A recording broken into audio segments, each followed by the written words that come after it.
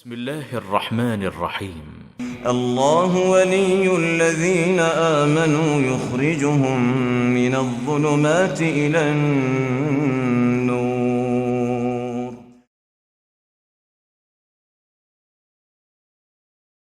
السلام علیکم ورحمۃ اللہ وبرکاتہ.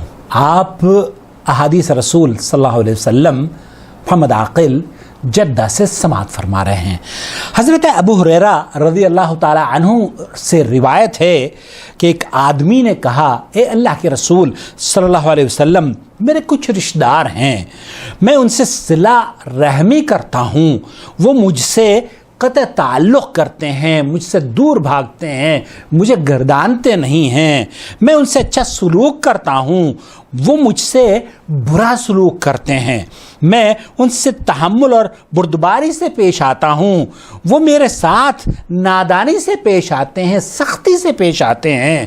آپ علیہ الصلوۃ والسلام نے کیا فرمایا؟ ابو ہریرہ رضی اللہ تعالیٰ عنہ کو سماعت فرمائیے. آپ علیہ الصلوۃ والسلام نے ارشاد فرمایا، اگر تو ایسا ہے جیسا کہ تو نے کہا ہے، اگر واقعی ایسا ہے جیسے کہ ابو ہریرہ تم نے بیان کیا ہے، تو گویا ان کے منہ میں گرم راکھ ڈال رہا ہے، اور ان کے مقابلے میں تیرے ساتھ ہمیشہ اللہ کی طرف سے ایک مددگار رہے گا جب تک تیرا رویہ یہی رہے گا.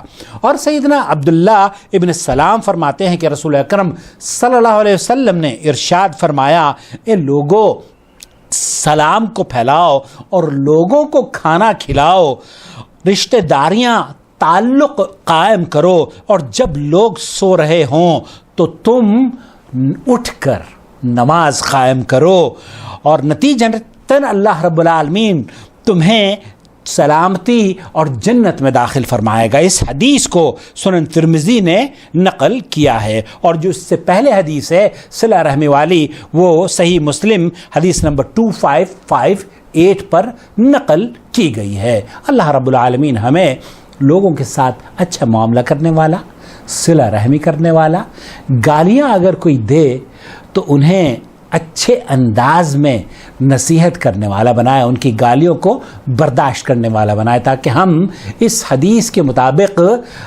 اجر اللہ کے یہاں حاصل کر سکیں. السلام علیکم ورحمۃ اللہ وبرکاتہ.